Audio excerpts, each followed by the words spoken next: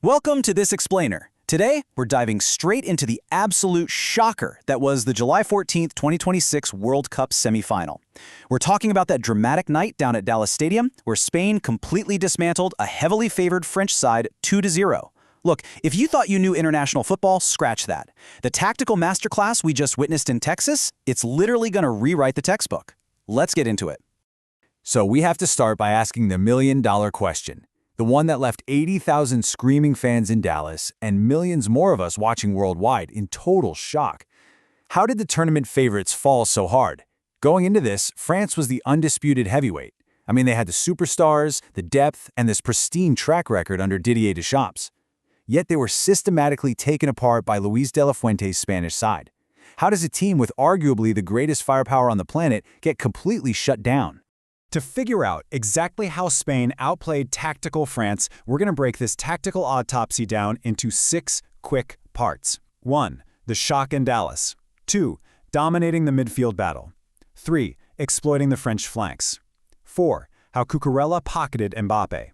5. A historic defensive wall. And 6. The fall of France. Okay, part 1. The shock in Dallas. So picture the scene. France steps onto the pitch as the absolute giants of this era. Champions in Moscow, finalists in Qatar. But Spain engineered a pristine 2-0 shutout that honestly altered the course of football history right before our eyes. They didn't just win, they gave France a footballing lesson. They were immaculate in possession, using just 1 or 2 touches to zip the ball around. It was all composure, all calm, and driven by this crystal clear identity. This wasn't just a tough loss for France. It felt like the abrupt end of an era, executed flawlessly by a Spanish side that refused to back down. Let's move to part 2, dominating the midfield battle. Now, if you really want to know how Spain outplayed tactical France, you have to look right at the center of the pitch. That's where this match was fundamentally won and lost. The contrast in philosophy here is just mind-blowing. On one hand, you've got Deschamps stubbornly sticking to a rigid 4-2-3-1 system. He's relying on a defensive low block, anchoring that midfield with Aurélien Tchouaméni. On the flip side, De La Fuente goes totally dynamic. He made massive calls, deploying this highly physical, incredibly fluid trio. You've got Rodri completely controlling the tempo, Fabian Ruiz bringing relentless pressing, and Dani Olmo just floating around like a magician. The result? Every single time France tried to move the ball, they were swallowed up. Spain was constantly creating 2-on-1 and 3-on-1 overloads all over the center of the park. And you can really see the domino effect of that midfield mismatch. Because Spain absolutely owned the center, they intelligently used inverted fullbacks, guys like Pedro Porro and Marc Cucurella stepping inside to create massive overloads. This wasn't just an advantage, it was a stranglehold. It completely choked off France's vertical passes. I mean, think about it. World-class forwards like Kylian Mbappé and Mikel Oyarzabal were literally starved of the ball because their supply lines were completely stifled. Spain's press was so intense, so suffocating, that France had absolutely no choice but to keep passing backward. Which brings us to part 3, exploiting the French flanks. Once Spain controlled the middle, the methodical dismantling of the French defense really kicked into high gear, and it started early.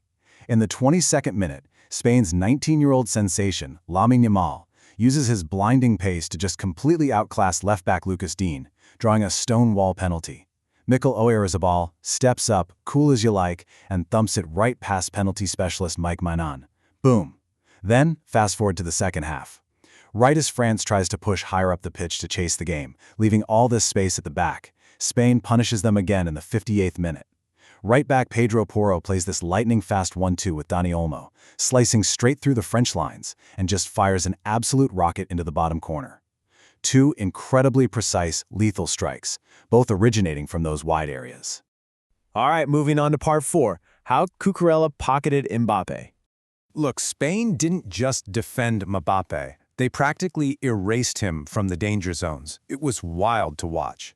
Marc Cucurella, with some absolutely brilliant cover from Aymeric Laporte right behind him, executed a complete masterclass in one-on-one defending.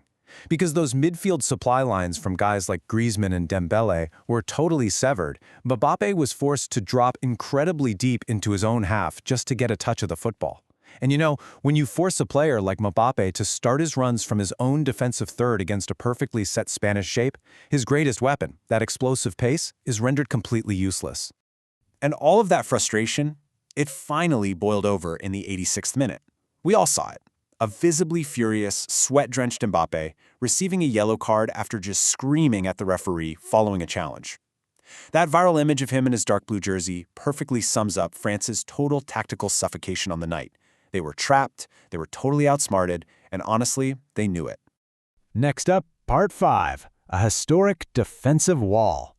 Now, let's talk about the number 6. This is a massive milestone. Goalkeeper Unai Simón secured his historic 6th clean sheet of the tournament by coming way out as a sweeper keeper and cleaning up absolutely everything behind his backline. He tied legendary World Cup records. Think about this for a second. Spain has conceded just 2 goals in this entire tournament in North America. Their foundation isn't just solid, it's an absolute brick wall.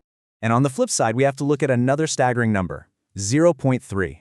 That represents France's expected goals, or XG, for the entire match. To put that into perspective for you, this is the lowest recorded XG in a FIFA World Cup knockout game since 1966. No way, right? Spain didn't just keep a clean sheet. They denied a team featuring Mbappé, Dembélé, and Olise a single high-quality chance for over 90 minutes. That is a level of defensive dominance we almost never see at this stage of the sport. Finally, Part 6, the fall of France. After the match, Luis de la Fuente was incredibly confident. He said, "Today we faced one of the best national teams in the world, but in front of them they had the best team in the world." Those triumphant words stand in such stark contrast to the absolute chaos happening on the French side.